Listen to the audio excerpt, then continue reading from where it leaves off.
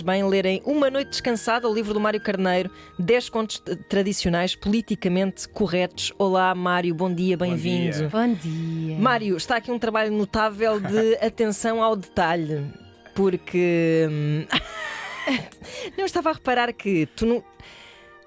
Portanto, para quem não sabe, isto é uma transformação dos contos tradicionais, tipo Branca de Neve, Sim. Cinderela, Três Porquinhos, na linguagem do politicamente correto, mas podia-te ter escapado alguma coisa. E pelo que eu li, tu conseguiste pôr-te nos sapatos dessa hipervigilância woke e conseguir transformar o discurso. Foi um grande trabalho. Porque era obrigatório, porque senão podia melindrar alguém. Exato. A questão é mesmo essa, tem que se ter atenção ao detalhe, porque em qualquer detalhe se pode estar a melindrar alguém. E hoje em dia é muito perigoso melindrar as pessoas. É verdade, mas em que medida é que... ou seja, esta caricatura dos tempos que vivemos, o que é que diz sobre a tua opinião sobre estas questões? Espelha bem o que é a minha opinião sobre estas questões. Quando isto começou, isto já começou há muito tempo. Quando isto começou, eu achei que isto era caricato e que dava vontade de rir. E ri. Depois isto começou-se a adensar e começou a extravasar para lá dos limites do minimamente razoável. E começou a ficar uma coisa um bocadinho séria. E muita gente dizia, muitas pessoas com as quais eu me dou, dizia, e com razão, que isto se calhar não seria assunto para rir. Até que chegou uma altura em que eu achei, bem, isto é melhor zerar e rir mesmo e partir outra vez do início e expor o ridículo de tudo isto que se está a viver. Enfim, eu acho que estamos a viver uma época que se nos deixarmos contagiar por estas tendências, fica marcada por uma enorme patetice, um enorme puritanismo e um enorme paternalismo. Mas não queres que haja um impacto positivo nisto? Ou seja, se excluires esse ruído que te incomoda, que haja um impacto positivo, sei lá, a nível da representatividade que se tem visto, ou seja... Uma espécie de avanço do mundo, não é? A forma como se tratam as minorias também. Tudo isso é importante, tudo isso é importante, tudo isso é importante, tudo isso é decisivo, tudo isso deve ser feito para a frente. Esta tentativa de corrigir o passado, de higienizar o passado. Sim, essa parte é uma parte que muito errada, até porque precisamos nos lembrar dos erros que exatamente. Claro. Se nós, obviamente que isto não tem nada a ver, tendo a ver. Se nós varrermos da paisagem os campos de concentração e a seguir os apagarmos os livros de história, se daqui a 300 ou 400 anos alguém se lembrar de fazer o mesmo, não existe um exemplo de um erro que cometemos. E nós temos direito de errar. E nós não temos de viver com a culpa dos erros que cometemos no passado. Temos é de ir para a frente. Enfim, não os repetir, lembrarmos para não os repetirmos. Exatamente. Depois, como é que te se passa do discurso? Tu és jornalista de profissão, como é que foi para ti este desafio? Porque saís do discurso isento, sério e etc. e passaste para este registro é assim uma aventura, não é? Sim, é uma aventura, mas era uma questão de higiene também. É meta, não é? Quase, é meta, exato. Vai à frente. Não, exatamente, isto tinha de ser feito. Modéstia à parte, tinha de ser feito. E não saindo aqui muito do horizonte dos contos de fadas, dos contos populares, isso é um bocadinho a história do traje novo do rei. Alguém tinha de dizer que o rei vai nu.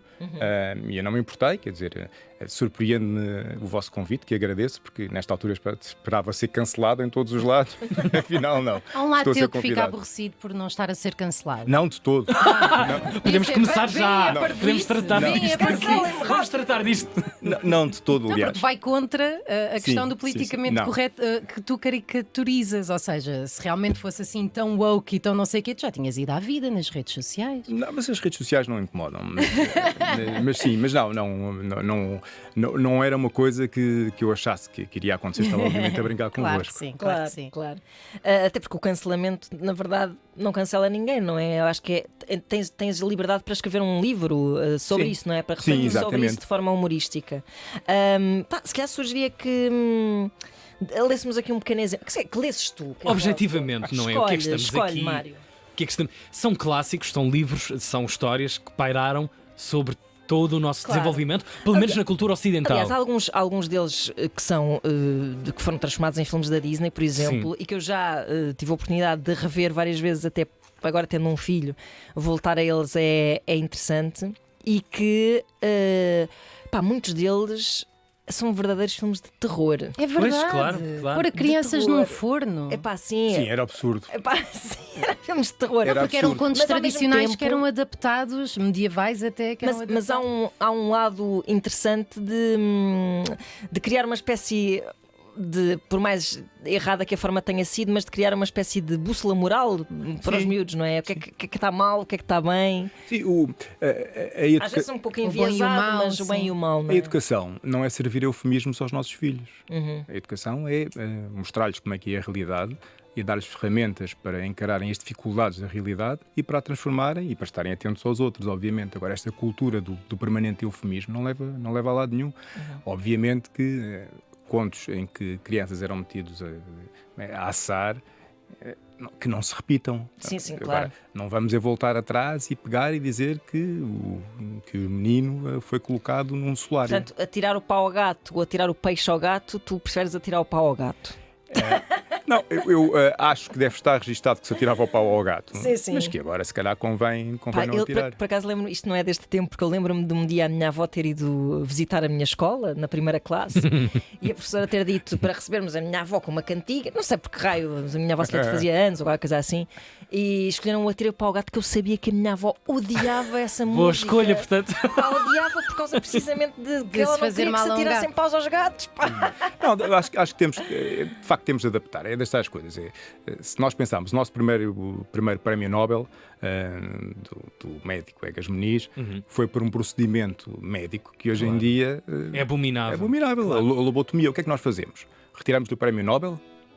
Fingimos que ele não existiu? Não. Na altura era a prática recomendada para o tratamento da depressão, imagine-se, a lobotomia. Claro. Hoje em dia, é isso, não usar o passado para legitimar o presente, usá-lo para nos ensinar. Sim, e não o apagar, e não o procurar Sim, mas transformar, não é? Podemos reenquadrar os nomes. Por exemplo, no caso dos descobrimentos, eu até concordo com os achamentos. Reenquadrar, recontextualizar a história, eu acho que é. Ou seja, dizer que importante. antes se chamavam descobrimentos, porque tínhamos aquele orgulho patriótico de achar que tudo era descoberto por nós e não sei o quê, mas que realmente a Terra já existia. Já existiam, os povos já existiam, estavam lá. Deixarem aberto e permitir que as pessoas descubram. Ter finais alternativos ou ter percursos alternativos, sim. Agora apagar.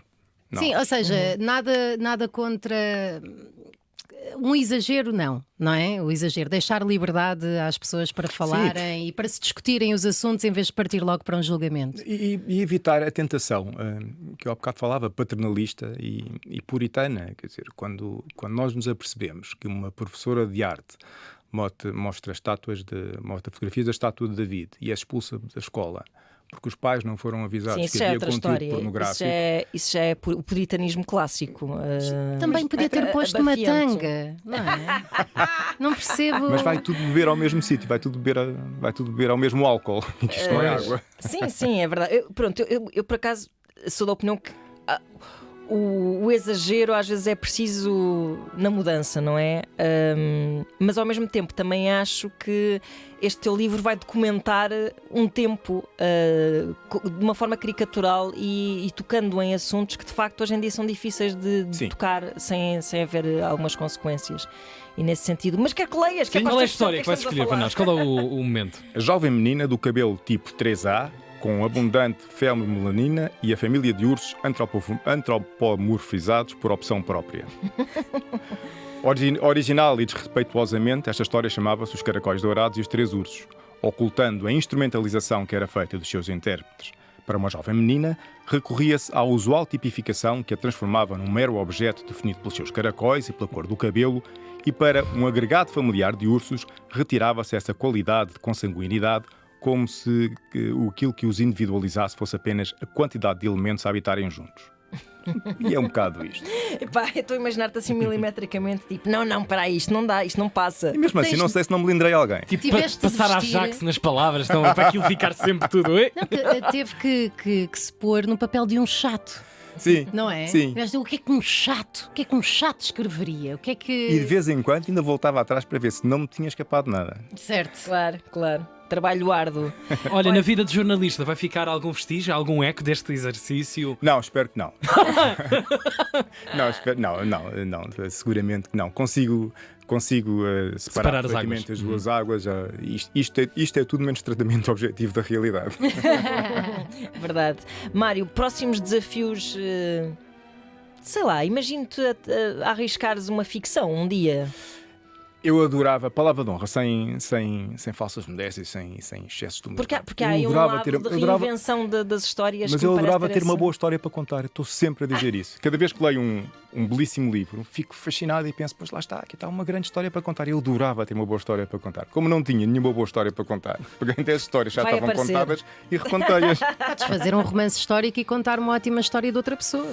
Pois, eventualmente, pois é isso.